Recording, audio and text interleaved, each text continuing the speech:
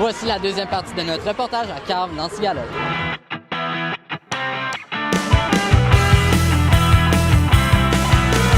Ça va être quoi cette émission-là? Ça va être une demi-heure, juste avant l'anti-gala, où on va justement accueillir les vedettes sur l'anti-tapis, leur demander qu'est-ce qu'ils portent, voir les nominations. On va faire quelque chose d'assez dynamique, d'assez le fun, mais de vraiment différent de ce que vous voyez d'habitude. Ça va être belle fun. Joël, même, il va me faire jouer au hockey. Je joue pas au hockey, mais il y a justement un filet, là. Il va y avoir des défis. Magali va être là-bas. Elle va accueillir les nommés et moi, je vais parler mode. On sait que là, il va y avoir une nouvelle saison de Il était une fois dans le trouble. Est-ce que vous pouvez nous parler un petit peu de comment votre personnage va évoluer? Sophie, je pense qu'elle prend de l'assurance, elle est au resto maintenant, et puis c'est comme un petit peu son domaine. Fait que, elle gère... Oh non! Oh non! Oh non!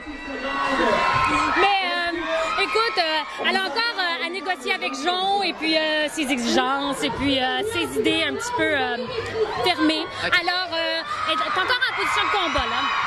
Ben, Ève est toujours à l'université. Ça évolue toujours dans le sens où on imagine qu'un jour, elle sera vétérinaire.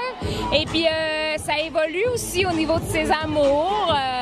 C'est à suivre. C'est bien intéressant ce qui se passe. Ils évoluent dans leur relation, mais lui, sa quête ultime, c'est de devenir millionnaire. Donc, je pense qu'il devient, dans sa folie de l'argent, il est vraiment sur le bord de vendre ses amis, mais littéralement.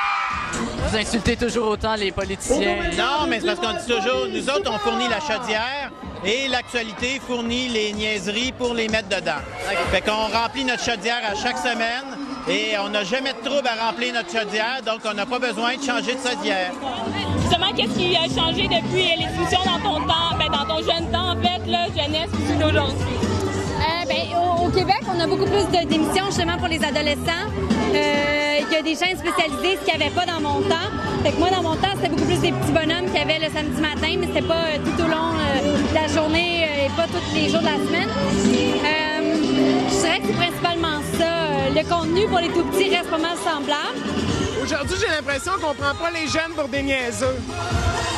Peut-être avant, on faisait vraiment des émissions gentilles, là, si je peux me permettre l'expression, pour dire « Ah, ça, c'est éducatif ». Aujourd'hui, on fait des bonnes émissions éducatives, mais en même temps, au vrai goût du jour pour les jeunes. T'sais, on les prend pas pour des niaiseux. On fait un produit spécifique pour eux autres, puis on espère qu'ils vont aimer ça. Oui, mais si tu devais avoir juste une seule émission qui devait jouer à répétition sur la vraie télé, laquelle choisirais-tu? Si elle avait juste une, là, sur toute la grille complète, là, ben, naturellement, c'est sûr que je dirais le Steph Show. Ah. Mais sais-tu quoi? Je ferais le Steph Show avec un segment méchant changement. Puis tu travailles avec les jeunes de 5e, ouais. Justement la classe de 5e. Comment tu fais de travailler auprès des jeunes comme ça? Ils sont tellement à leur affaire, là. On n'a rien à leur redire. Quand on les choisit aussi, on les choisit pour ça, là, mais ils sont absolument extraordinaires. Puis ceux de cette année là, sont vraiment étonnants. Vous allez vraiment beaucoup aimer ceux qu'on va avoir. 10 secondes, le plus d'autographes que tu peux, ou 15 secondes. On va être correct. 1, 2, 3, go! Attends, c'est ça. Allez, commence!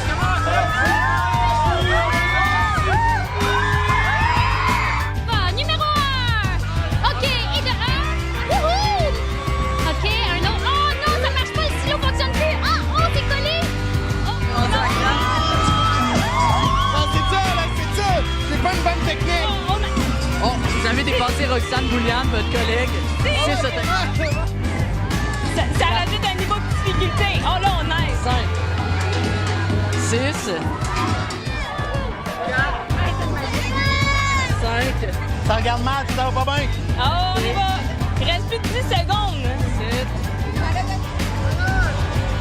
Aidez-le pour prendre les hologrammes le plus vite.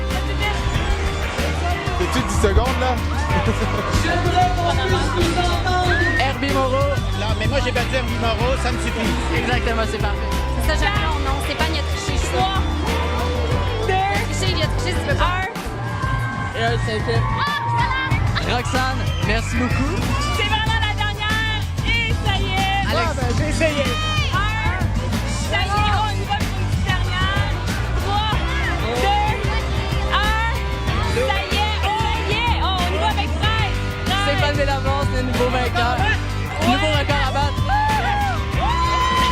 beaucoup. Bon anti-tapis aujourd'hui. Mais merci à vous autres, mon anti-tapis. J'aime ça, je vous revois. Ça marche, votre affaire. Je tiens à souligner qu'il y a plus de lettres dans mon nom que dans celui de Stéphane Ballavance. Et voilà, c'est ainsi que se termine l'anti-tapis de Carve l'Antigala 2010. On aimerait remercier tous les artistes qu'on a pu interviewer. On vous invite à visiter notre site internet au www.jmproduction.com. Sur ce, on se revoit sur une prochaine émission d'Accès Média.